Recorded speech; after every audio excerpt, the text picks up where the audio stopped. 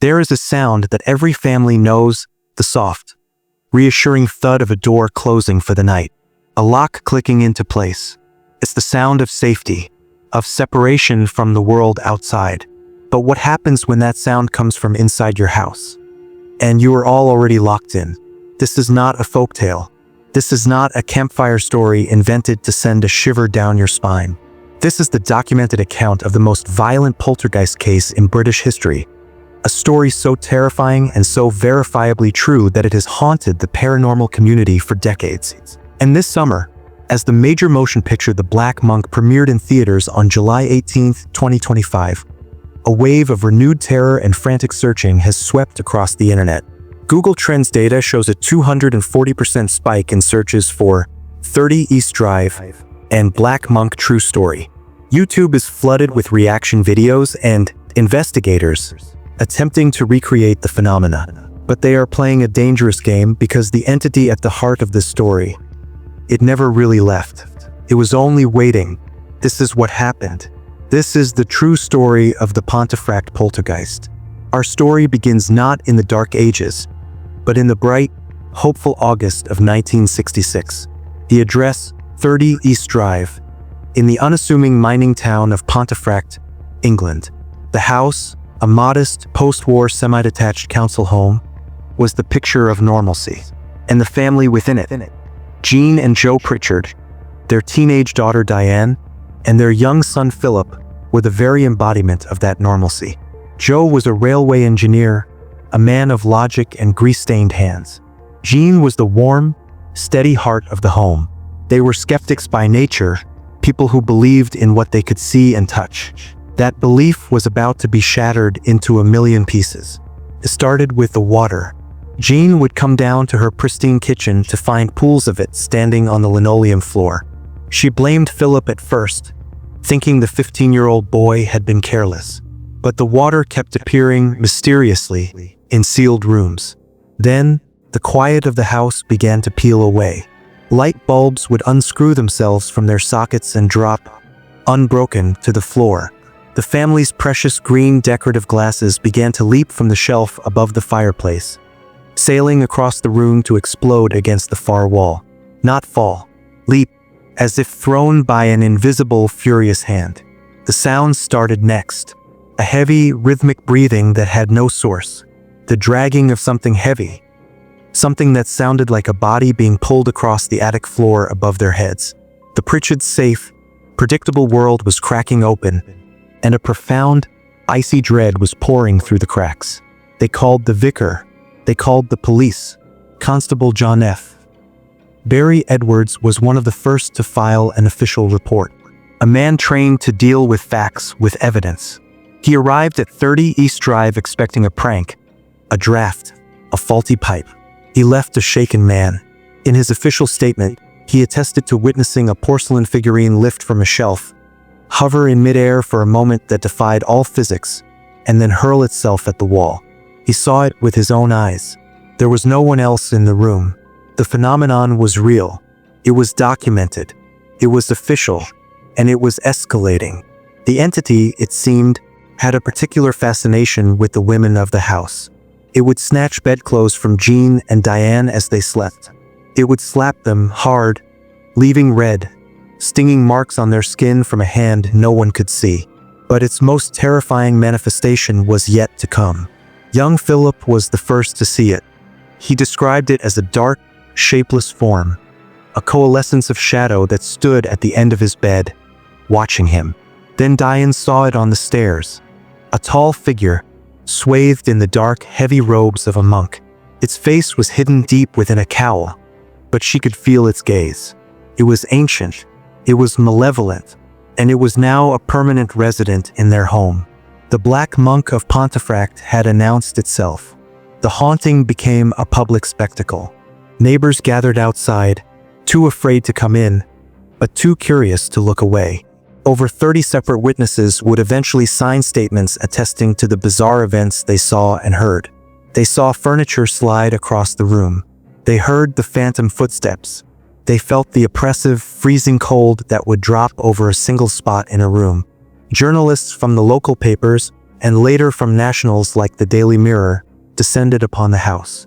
They came as cynics. They left as believers, their notepads filled with observations they could not explain. One photographer even claimed his camera jammed the moment he tried to take a picture of the upstairs hallway. The film inexplicably ruined. The family was at their breaking point. They were prisoners in their own home, terrorized by a presence that defied all reason. In a desperate act, Joe Pritchard, the ultimate rationalist, did the only thing he could think of. He obtained a bottle of holy water. He stood in his own living room, a place that should have been a sanctuary, and he sprinkled the blessed water around the perimeter, reciting a prayer. The house fell silent. For a brief, beautiful moment, it felt like their old home again. The relief was palpable. It was over, and then the laughter started. It was a deep, guttural, mocking sound that seemed to come from the very walls themselves. It was the sound of something ancient and powerful being told a very funny joke. The holy water had not banished it. It had amused it. The activity exploded into a new dimension of violence. Objects became projectiles. A potted plant was thrown across the room, missing Diane's head by inches. The heavy sideboard in the dining room, a piece of furniture it would take 2 strong men to lift, was found overturned. But the single most terrifying event, the one that convinced the family they were not dealing with a ghost but with a demon, occurred on the stairs. Jean Pritchard was grabbed. An invisible force seized her by the throat, lifting her off her feet and dragging her, kicking and choking, up the staircase. She was slammed against the wall, the pressure on her neck immense, before the force released her and she collapsed, gasping for air, her skin already bruising with the imprint of fingers that did not belong to any human being. The entity was no longer just a prankster. It was a murderer in waiting. The story of the Black Monk might have faded into local legend, another scary story from a forgotten town, if not for 2 things. The first is the sheer volume of evidence. The witness statements, the police reports, the press clippings, they form an undeniable paper trail of terror.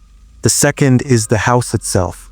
30 East Drive still stands, and it has never been quiet. After the Pritchards finally left, broken by their ordeal, a succession of families moved in and out, each reporting their own strange experiences. Then came the investigators and the paranormal tourists, drawn by the legend and the 1990s television documentary that first brought the story to a mass audience. They all experienced something. Disembodied whispers caught on EVP recorders, objects moving, the feeling of being watched, followed, touched. And this is where our story dovetails with the present day, with the very reason this ancient horror is trending on your YouTube homepage right now. In early 2024, production began on the film The Black Monk. The director, a well-known horror aficionado, insisted on authenticity. He secured permission to film several key scenes inside the actual 30 East Drive. The crew, a hardened bunch used to fake blood and rubber monsters, arrived in Pontefract. They were professionals. They were there to do a job. They were not prepared for what happened next. Sound equipment would fail without explanation, only to work perfectly again the moment it was moved outside. Unexplained noises ruined takes. A lighting rig, securely fastened, came loose and crashed to the floor, nearly striking a technician. But the most chilling account came from the actor playing Joe Pritchard. In between setups, he was sitting alone in the living room, running his lines. He felt a sudden, drastic drop in temperature. Then he said he smelled it. A foul, coppery odor, like old blood and damp earth. He felt a presence behind him, a pressure in the air. He turned, and for a fraction of a second, he saw it. Not a trick of the light, not a shadow from the corner of his eye. A tall, dark figure, its features obscured by a hood, standing in the doorway to the hall. It was there, solid and real, and then it was gone. The actor quit the production that same day. He refused to ever speak about it publicly, but the rumor spread through the industry like wildfire. The movie was finished on a different set. It was released this summer to packed theaters. It's a chilling film, but it's just a movie. It's a recreation, a simulation of terror. The real terror, the authentic article, is still contained within the bricks and mortar of that ordinary-looking house on East Drive. And here is the twist, the final, horrifying piece of this puzzle that the recent news trends have revealed. Since the movie's premiere, the current owners of 30 East Drive, who run it as a kind of paranormal bed and breakfast for brave tourists, have reported a dramatic and alarming surge in activity. It's not just the usual creaks and whispers anymore. They've logged over 24 new incidents in the last month alone, all from guests paying to stay the night. A woman from London reported waking up to find the deep, red scratches on her arms, as if she had been dragged through a bramble patch in her sleep. A group of university students from Leeds captured clear, unmistakable EVP on their phones. A low, guttural voice growling a single word, "out." But the most disturbing trend, the one that has true crime bloggers and paranormal investigators buzzing online, is the photographs. Dozens of them, all taken on digital phones by different guests in the last few weeks.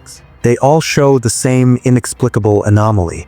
In the background of a selfie taken on the stairs, in the reflection of a mirror in the master bedroom, lurking in the gloom of the hallway, a dark, blurred shape.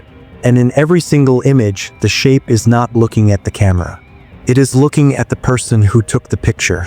His head is always tilted, as if in study, as if it's learning. The theory put forth by some researchers is as terrifying as it is plausible. The massive renewed attention from the film, the countless people watching, reading, thinking, and searching about the entity. It's feeding it. It's giving it a strength it hasn't possessed in decades. For years, it was confined, a local legend whispering from one house on one street. Now, through the global reach of cinema and the internet, its story is being told in every corner of the world. And something that was once bound to a single location is now being invited, consciously or not, into the minds and imaginations of millions. The lock on the door has been opened from the inside. The thing that mocked holy water, that choked Jean Pritchard on her own staircase, that has terrified every single person who has dared to spend a night in that house, is no longer content to just be a story. It wants a bigger audience.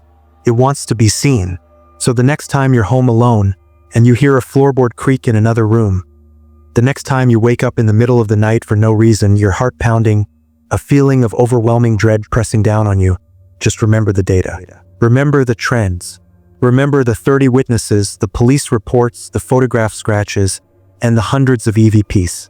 Remember that the fear you feel in the dark is sometimes just your imagination, but sometimes it's an invitation, and something on the other side is finally ready to RSVP.